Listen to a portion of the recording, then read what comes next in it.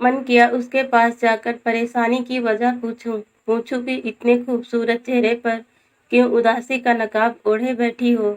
ए हुस्न परी, बता क्यों जिंदगी से इतनी खफा सी लगती हो। बारिश के मौसम में भले ही मैं पहनता नहीं, मुझे भीगना बहुत अच्छा लगता है, पर मेरी ऑफिस बैग में रेनकोट हमेशा रहता है, तो मन किया ठंड से ठिठुर रही सुंदरी को रेनकोट उधार दे दूं। पर यार, ऐसे कैसे किसी की जिंदगी में दखल दे सकता हूँ। ये सोचकर चाय पकौड़े को न्याय देने लगा, पर जब नजर बार बार उस लड़की का रुख करते उसके ऊपर ठहर जाती थी।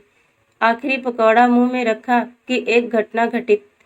लड़की दौड़ती हुई समुद्र की तरफ भागी, मानो खुदकुशी का मन बना लिया था और अपने इरादों पर कायम थी। पर मैं सब कुछ छोड़कर उसके पीछे भागा।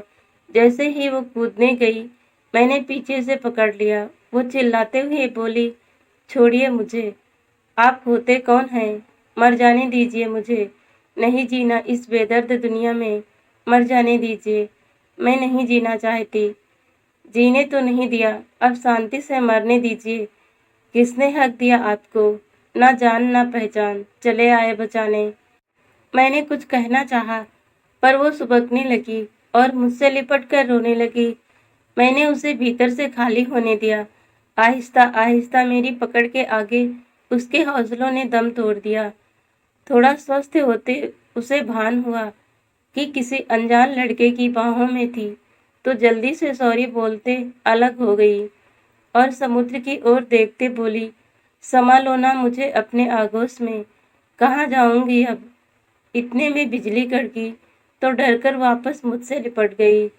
मैं मन में बोला, लगता है इस बारिश ने आज मेरे भीतर आग लगाने की ठानी है। मैंने मजाक में कहा, समुद्र से बोला, या मुझे सच में संभालूं क्या आपको अपने भीतर, क्योंकि ये समुद्र मेरा दोस्त है, सालों से मुझे जानता है और मैं इसे, मेरे रहते वो तुम्हें बाहों में भरने की जुर्रत नहीं करेगा। मेरे मजाक पर हल्की सी मुस्कान के साथ वापस गमों की झील बन गई। मैंने कहा, अगर आप बुरा ना माने तो एक बात पूछूं? उसने कहा, यही पूछना चाहते हो ना कि मैं मरना क्यों चाहती हूँ? मैंने हाँ कहते हुए सर हिलाया। वो बोली, क्या करोगे जानकर? क्या मुझे अपनी जिंदगी में शामिल कर पाओगे? सहारा दे पाओगे? नहीं ना? तो फिर मुझे बचाने का या क्यों मरना चाहती हूँ, इसकी वजह पूछने का मतलब क्या है? मैं अनाथ हूँ, कोई नहीं मेरा इस दुनिया में। सुनिए मेरी कहानी, सुनकर आप खुद मुझे समुद्र में धक्का दे देंगे। कोई किसी का नहीं इस दुनिया में। मेरा नाम शिखा वर्मा है। 3 साल पहले एक दुर्घटना में मेरी मम्मी पापा की मौत हो गई। मैं उनकी इकलौती संतान थी। माँ बाप के जाते ही इस दुनिया में अकेली रह गई। कोई मेरी जिम्मेदारी उठाने को तैयार नहीं थे। मेरे एक दूर के चाचा जी मुझे अपने साथ ले गए। मैं उनके साथ रहने लगी। पापा मम्मी का जो कुछ था उन लोगों ने अपने नाम करवा लिया। चाची अच्छी थी, पर चाचा की नीयत खराब थी। वो बार बार मुझे गंदी नजरों से देखते और यहाँ वहाँ छूते रहते। मैं डर के मारे कुछ नहीं बोलती। एक बार चाची जी को कहीं बाहर गांव जाना पड़ा। उस एकांत का फायदा उठाते चाचा ने मेरे साथ 2-3 बार बलात्कार किया।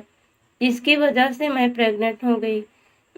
मैंने चाचा को बताया तो उन्होंने धमकी दी कि खबरदार मेरा नाम लिया तो मुझसे बुरा कोई नहीं होगा। मेरी समझ में नहीं आ रहा था क्या करूं। मेरी तबीयत दिन ब दिन खराब होने लगी, तो चाची जी मुझे डॉक्टर के पास ले गई। वहाँ सारे टेस्ट हुए और चाची को पता चल गया कि मैं प्रेग्नेंट हूँ। चाची ने गुस्सा होकर गंदे इल्जाम लगाकर मुझे खूब पीटा। डॉक्टर को पैसे देकर मेरा ऑपरेशन करवा दिया। फिर चाचा चाची ने मुझे घर से निकाल दिया। अब मेरे पास मरने के सिवाय कोई रास्ता नहीं। कहाँ जाऊँ? कौन सहारा देगा मुझे? क्यों बचाया आपने मुझे? और वो फिर से फूट फूट कर रोने लगी। मेरा मन उसकी कहानी सुनकर बोझिल हो गया और आसमान भी मानो उस लड़की का दर्द सुनकर दुखी होते बेतहाशा रोए जा रहा हो, ऐसे धुआंधार बरसने लगा।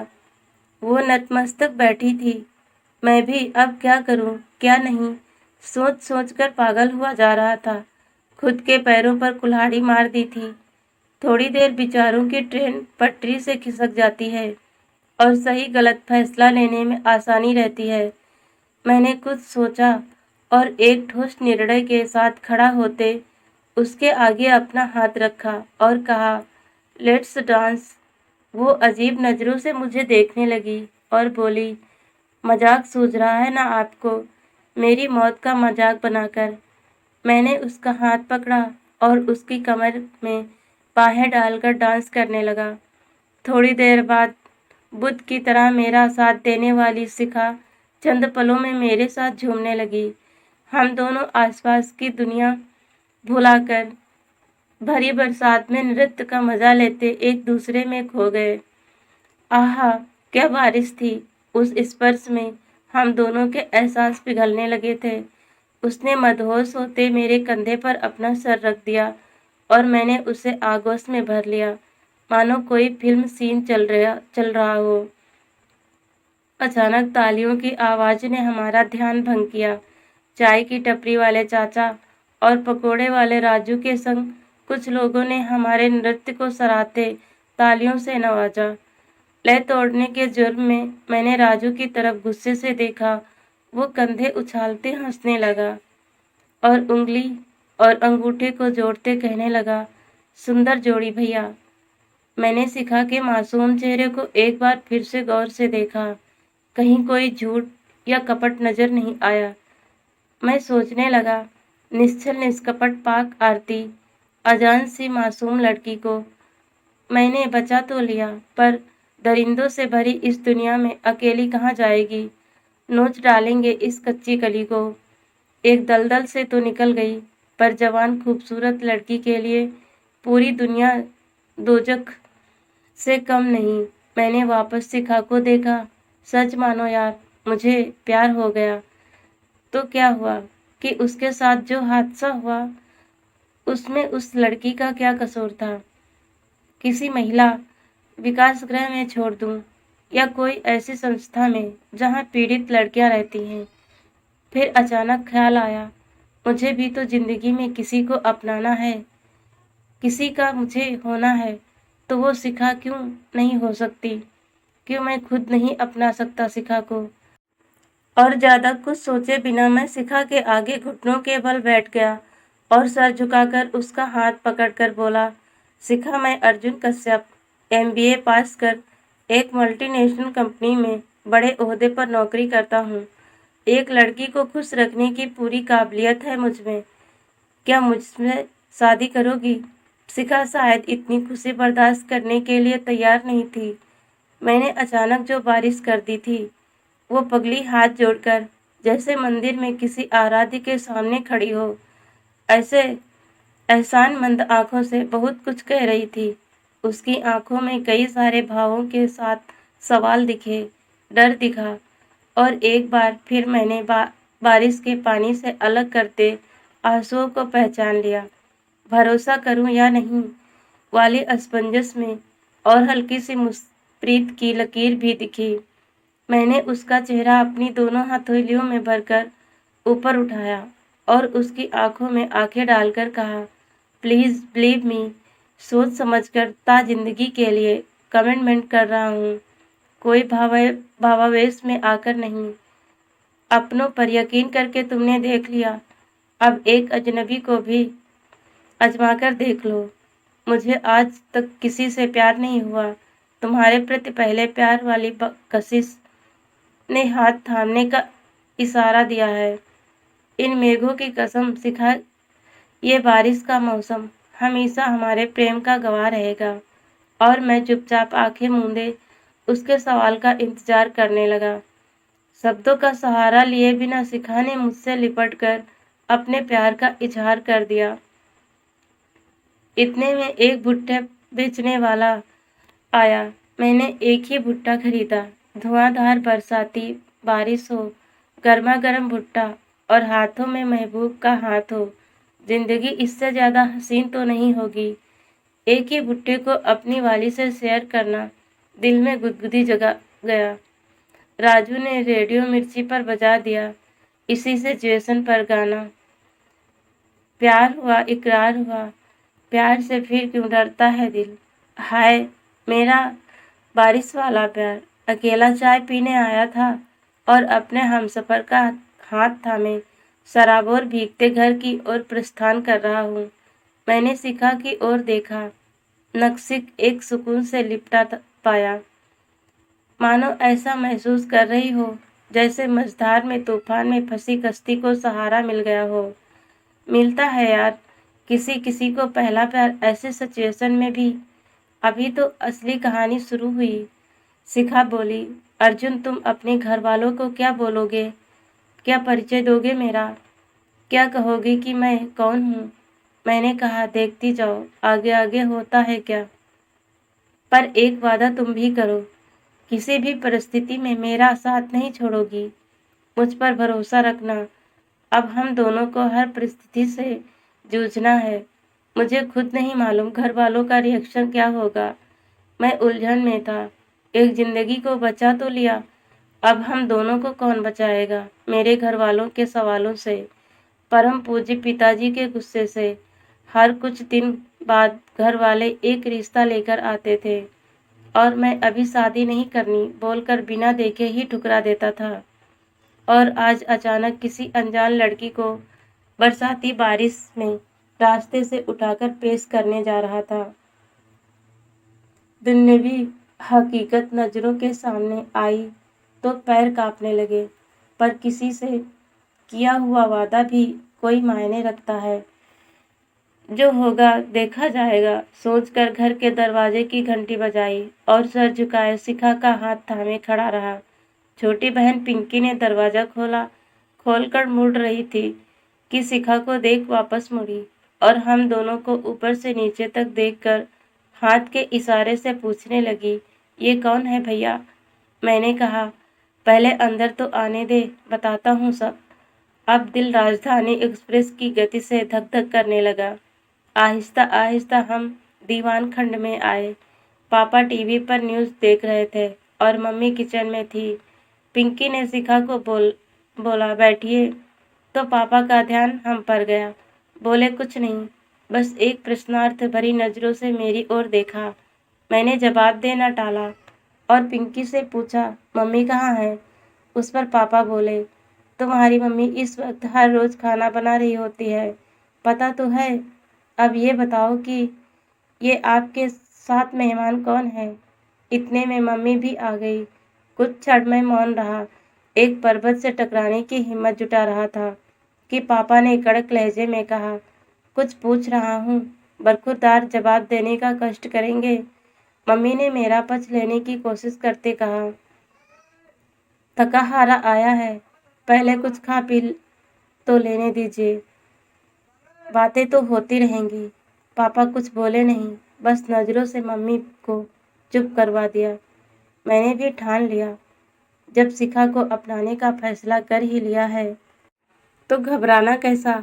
एक लड़की की जिंदगी संवारने जा रहा हूँ, कोई गुनाह करने तो नहीं जा रहा। एकदम स्वस्थ होते पूरे आत्मविश्वास के साथ शिखा को बोला, बैठो। शिखा कुर्सी पर बैठ गई और मैं पापा के पास सोफे पर। फिर आहिस्ता आहिस्ता सारी बातें सबको बताई।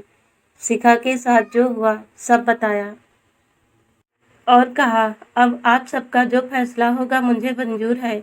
बाहर बिजली के कड़कने की जोरदार आवाज़ आई, साथ में मेरे ऊपर भी बिजली गिरी। पापा की सत्तात्मक आवाज़ गूंजी, अभी के अभी इस रास्ते की गंदगी के साथ मेरे घर से निकल जाओ। ये घर है, कोई अनाथालय नहीं। क्या सोचा तुमने कि तुम किसी को भी उठाकर इस घर की इज्जत बना दोगे और मैं स्वीकार कर लूँगा। मम्मी और पिंकी ने कुछ कहना चाहा, पर पापा के बुलंद इरादों ने दोनों को मौन कर दिया। शिखा ने दो हाथ जोड़कर कहा, सॉरी अंकल, गलती मेरी ही है। मुझे अर्जुन का प्रपोजल स्वीकार नहीं करना चाहिए था। शिखा आगे कुछ बोले उससे पहले पापा ने बीच में टोकते ही कह दिया, ये हमारे घर का मामला है, तुम्हें बीच में बोलने का कोई हक नहीं। और डाइनिंग टेबल की तरफ आगे बढ़ते मम्मी से बोले, रचना खाना लगाओ। मैं भी मिस्टर आदित्य कश्यप का बेटा था, अपने कमरे में गया और अपना कुछ जरूरी सामान लेकर चलो शिखा कहते मम्मी के पाँव छूकर निकल गया। अनराधार बारिश में एक लड़की की जिम्मेदारी के साथ एक नई जिंदगी की शुरुआत करने अपने दोस्त परम को फोन लगाया, जो अकेला ही रहता था, और कहा, कुछ दिनों के लिए तेरे घर का मेहमान बनना चाहता हूँ विद एक लड़की। बोल आऊँ क्या?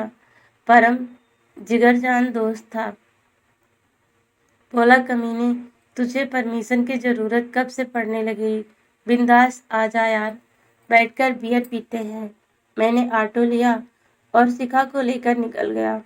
शिखा चुपचाप मेरा अनुसरण कर रही थी, उदास और विचारों से घिरी। मैंने उसके हाथ पर अपना हाथ रखा और उससे अपना सर मेरे कंधे पर रख दिया और पूछा, अब? मैंने कहा, ऊपर वाले ने हमें मिलाया है, वही रास्ता दिखाएंगे, चिंता मत करो, सब ठीक हो जाएगा। आप नहीं मानोगे बॉस, शिखा मेरे लिए इतनी लकी साबित हुई कि किस्मत के दरवाजे खुल गए। परम और कुछ दोस्तों की मदद से शिखा से शादी कर ली और शादी के बाद एक ही हफ्ते में प्रमोशन मिला। मैं मैनेजर बन गया। आहिस्ता आहिस्ता जिंदगी की गाड़ी पटरी पर चढ़ने लगी। गुड न्यूज़ सुनाऊं, शादी को 1 साल हो गया। शिखा माँ बनने वाली है और अपुन पापा। मन करता है मेरे हिटलर पापा और घर वालों को ये खुशखबरी सुना दूं। शायद ये सब सुनकर गुस्सा थोप दें। नहीं, मन नहीं मान रहा। जो शिखा से इतनी नफरत करते हैं वो बच्चे को क्या अपनाएंगे? आज फिर काली अंधेरी रात में मौसम ने अंगड़ाई ली। जोरों की बारिश और तेज बवंडर उठा। दूसरी ओर शिखा को भी लेबर पेन शुरू हो गई। मैंने परम को फोन किया और हम शिखा को अस्पताल ले गए। टेंशन के मारे मैं कॉरिडोर में चक्कर काट रहा था। बाहर झमाझम बारिश हो रही थी और मेरे अंदर उत्तेजना हलचल मच रही थी। काश की माँ साथ होती। ख्यालों को तोड़ते नर्स ने आकर कहा, मिस्टर अर्जुन, आपकी पत्नी को बेटा हुआ है। खुशी के मारे मैं आंखें मूंदे ईश्वर का शुक्रिया अदा करने लगा। वाह रे कुदरत, बारिश से मेरा गहरा नाता जोड़ दिया। प्यार भी भरी बरसात में मिला और बच्चा भी धुआंधार बरसात में। तेरा लाख लाख शुक्रिया। सर उठाकर देखा तो सामने हिटलर पापा अपने पोती को गोद में उठाए खड़े थे। बाजू में चेहरे पर खुशी और नम आंखें लिए मेरी माँ और दूसरी ओर पिंकी। मैं समझ गया परम ने शैतानी कर दी थी। Please subscribe my channel. Thank you.